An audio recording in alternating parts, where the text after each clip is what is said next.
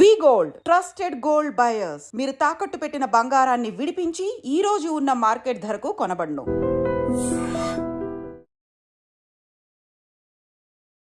Physical gold బెస్టా, ETF బెస్టా? ఏది బెస్ట్? ఏది పెట్టుకుంటే ఇండివిజువల్కి ఉపయోగపడుతుంది? ఎందుకంటే ఎక్కువ మందికి ఇది డౌట్ ఉంటుంది.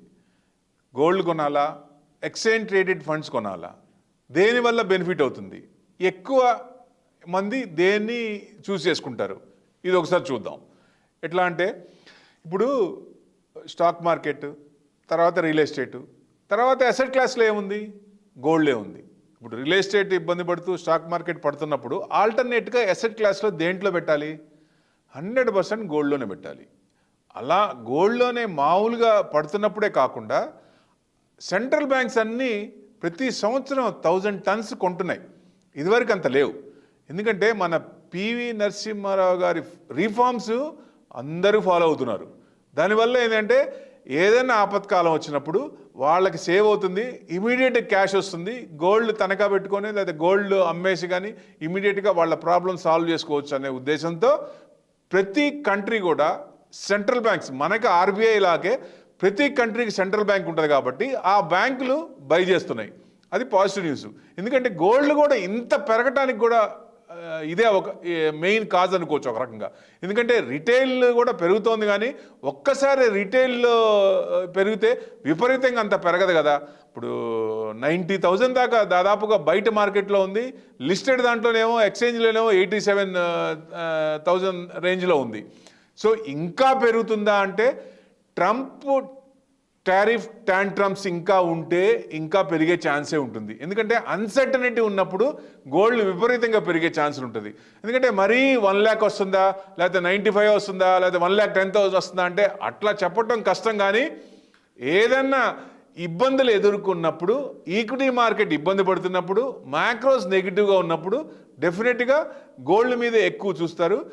ఇలా నెగిటివ్ ఉన్నప్పుడే కాకుండా అంటే రిజర్వ్స్ పెంచుకుంటున్నారు కాబట్టి డెఫినెట్గా అందరి చూపు గోల్డ్ మీద పడుతుంది అనుకోవచ్చు. అంటే గోల్డ్ ఇంత పెరగడానికి కూడా కారణం ఎందుకంటే ఇండివిజువల్ కూడా కాయిన్సా లేకపోతే బిస్కెట్సా ఇట్లాంటివి పెట్టుకుంటే ఫ్యూచర్లో తర్వాత వాళ్ళు ఇది చేసుకోవచ్చు, రిడీమ్ చేసుకోవచ్చు, లేటెస్ట్ ఆర్నమెంట్స్ చేసుకోవచ్చు. అట్లా చూసుకొని పెట్టుకోవాలా లేకపోతే ఈటీఎఫ్ రేంజ్లో పెట్టుకోవాలా? ఏది బెస్ట్ అంటే ఈటీఎఫ్సే బెస్ట్. ఎందుకు అనేది చూద్దాం ఒక రకంగా. ఇంకోటి ఏంటి? ఎస్జిపి అంటే సోవరెన్ గోల్డ్ బాండ్. అది గోల్డ్ బాండ్స్ ఆపేశారు గవర్నమెంట్. ఫ్యూచర్లో వస్తుందా అంటే చెప్పలేము. ఎందుకంటే ఫ్యూచర్లో గవర్నమెంట్ డిసిషన్ ఉంటుంది కాబట్టి రిలీజ్ చేస్తుందా లేదా అనేది చెప్పలేము. అందుకని 8 years లాకింగ్ ఉంటుంది, దాంట్లో ట్యాక్స్ బెనిఫిట్స్ ఉంటాయి దాంట్లో.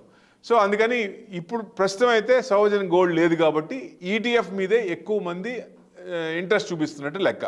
ఎందుకంటే ఫిజికల్ గోల్డ్ కొంటే దాంట్లో ప్యూరిటీ ఉంటుందా? మనం ఏదైనా షాప్కి వెళ్ళి కొన్నప్పుడు ఆ ప్యూరిటీ మనం కరెక్ట్గా చెప్పగలమా? అదే మీ ఎక్స్చేంజ్ ట్రేడెడ్ ఫండ్స్లో పెట్టినప్పుడు వాళ్ళు గోల్డ్లో పెడతారు కాబట్టి 100% సెబీ మ్యూచువల్ ఫండ్ దాంట్లో రూల్స్ ప్రకారం ఉంటారు కాబట్టి డెఫినెట్గా మంచి క్వాలిటీ ఉన్న దాంట్లోనే పెడతారు. అది సేఫ్ మనకి. ప్లస్ షాప్కి వెళ్ళి ఏది కొంటాము, ఏ గోల్డ్ కొంటాము, 22 కొంటామా 24 కొంటామా అనేది మనం చెప్పలేము కదా, ఇండివిజువల్ చెప్పలేరు. అది ఆన్లైన్ చేసుకున్నప్పుడు డెఫినెట్గా యాజ్ పర్ స్టాండర్డ్స్ ప్రకారం ఉంటాయి కాబట్టి ఈటీఎఫ్లో పెట్టడం ఉత్తమం ఒకటి. Next safety. ఇప్పుడు గోల్డ్ మనం ఇంట్లో పెట్టుకుంటామా? పెట్టుకోలేము. సేఫ్టీ ప్రికాషన్స్ తీసుకోవాలి. సో అదే ఎక్స్చేంజ్ ట్రేడెడ్ ఫండ్స్ ఈటీఎఫ్లో పెట్టుకుంటే మన డీమ్యాట్లోనే ఉంటాయి, మనకి సేఫ్టీ కదా, ఎవరు దాన్ని దొంగిలించరు, ఎవరు తీసుకోలేరు. సో అది సేఫ్టీ జోన్ అనుకోవచ్చు ఒక రకంగా. ఇక్కడ 1 గ్రామ్ అంటే 8,000 ఉంటుంది. ఏది ఫిజికల్ చూసుకుంటే 8,000 చేంజ్, 8,000 ప్లస్ ఉండొచ్చు. అదే అక్కడ 1 యూనిట్ అంటే 8 రూపీస్ ఉంటుంది. డిఫరెన్స్ ఉంటుంది కదా. మనకు కావాల్సిన యూనిట్స్ కొనుక్కోవచ్చు, ఎన్ని కావాలో మనకు ఎంత అమౌంట్ కావాలో దాని ప్రకారం ఇన్వెస్ట్మెంట్ చేసుకోవచ్చు. రేటు చూస్తే షాప్ టు షాప్ డిఫరెన్స్ ఉంటుంది గోల్డ్. అరే గోల్డ్ రేట్ కంట్రోల్ ఉండదు కదా. షాప్లోనేమో ఒక రేట్ అంటే పక్క షాప్లోనే ఇంకో రేట్ ఉంటుంది, ఆ కంట్రోల్ ఉండదు. బట్ ఇక్కడ ఆన్లైన్లో పర్ఫెక్ట్గా ఎంత ఉందో దాని ప్రకారం ఛార్జెస్ ప్రకారం, గవర్నమెంట్ ఛార్జెస్ ప్రకారం దాని ప్రకారం ఉంటుంది కాబట్టి అదొక సేఫ్ జోన్. ఇప్పుడు ఫిజికల్ గోల్డ్ కొన్నాం, మేకింగ్ ఛార్జెస్ తీసుకుంటారు 10 to 25%. ఇక్కడ ఏముంటాయి, ఏముండదు కదా, ఇక్కడ మేకింగ్ ఛార్జెస్ ఏముండదు. మనం ఈటీఎఫ్లో పెట్టుకుంటాం, అవసరమైనప్పుడు రిడీమ్ చేస్తాం, అప్పుడు లేటెస్ట్ కొనుక్కుంటాం. అది మనకి పాజిటివ్ పాయింటే. తర్వాత 3% జిఎస్టీ ఉంది ఏది మన ఫిజికల్ గోల్డ్లో. దీనికి జిఎస్టీ నిల్లు, డెఫినెట్గా అది పాజిటివ్ పాయింటే, ట్యాక్స్ లేదు అక్కడ. AMC charges, demat AMC charges 0.5 to 1% yearly ఉంటాయి. ఇది కూడా పాజిటివ్ మనకి, ఇదే కదా చాలా తక్కువ పడుతుంది. సో అంటే సేఫ్టీ ప్రకంగా చూసుకుంటే డిమాట్లో ఉంటాం సేఫ్. ప్యూరిటీ తీసుకున్న గవర్నమెంట్ రూల్స్ ప్రకారం ఉంటాయి డెఫినెట్గా ఇది. ప్లస్ రిటర్న్స్ ఉంటాయా అంటే రిటర్న్స్ రెండింటికి దాదాపుగా సేమ్ ఉంటే ఈటీఎఫ్ కొంచెం ఎక్కువ ఇచ్చే అవకాశాలు ఉంటాయి. ఎందుకంటే ఈటీఎఫ్ని ఉపయోగించుకొని మనకి ప్లెడ్జ్ పెట్టుకొని ఈక్విటీ మార్కెట్లో ఎక్స్పోజ్ తీసుకుంటారు కాబట్టి దాని నుంచి ఏదైనా మార్కెట్ పడినప్పుడు, ఏదైనా స్క్రిప్ట్ పడినప్పుడు ఆ అవకాశాన్ని సద్వినియోగం చేసుకుంటే మామూలు ఇంట్రెస్ట్ కంటే ఎక్కువ ఇంట్రెస్ట్ వస్తుంది కాబట్టి అది ప్లస్ పాయింట్ అవుద్ది, సర్ప్లస్ అవుద్ది మనకి. సో డెఫినెట్గా అది ఒక పాజిటివ్ పాయింట్. ట్యాక్స్ ఏంటి పరిస్థితి? ఇప్పుడు ఫిజికల్ గోల్డ్ 2 years పెట్టుకుని 2 years దాకా ఉంటే షార్ట్ టర్మ్ క్యాపిటల్ గెయిన్స్ ఉంటుంది. So short term capital gains అంటే ఇప్పుడు మన ట్యాక్స్ స్లాబ్ ప్రకారం ఏ స్లాబ్లో ఉన్నామో ఈ వచ్చిన ప్రాఫిట్ దాంట్లో యాడ్ చేసి అక్కడి నుంచి చేస్తారు. అదే లాంగ్ టర్మ్ అయితే 12.5% ఉంటుంది. అలాగే మీకు క్యాపిటల్ గెయిన్ ట్యాక్స్ ఇక్కడ చూస్తే 12 months బిలో అయితే మనకి ఇండివిజువల్ ట్యాక్స్ ప్రకారం యాడ్ చేస్తారు. అబోవ్ అయితే 1 year అబోవ్ అయితే 12.5%. సో ఓవరాల్గా చూస్తే ఫిజికల్ గోల్డ్ కంటే ఈటీఎఫ్ఏ బెస్ట్, 100% ఈటీఎఫ్ బెస్ట్. అన్ని రకాలుగా సేఫ్టీ మెజర్స్ ఉన్నాయంటే ఈటీఎఫ్లోనే పెట్టుకుంటే ఉత్తమం. ఎప్పుడైతే మనకి అవసరం ఉందో, మనకి సపోజ్ నెక్స్ట్ 5 yearsలో 10 yearsలో ఉపయోగం ఉందనుకోండి, అవసరం ఉంది, పెళ్ళో లేకపోతే ఫంక్షనో ఏదైనా ఉంది, కావాలనుకున్నాం, మనం లేటెస్ట్ కావాలనుకున్నాం, ఈటీఎఫ్లో పెట్టి ఆ టైంలో రిడీమ్ చేసి హ్యాపీగా మనం లేటెస్ట్ ఆర్నమెంట్స్ కొనుక్కోవచ్చు. సో డెఫినెట్గా ఇది పాజిటివే కదా.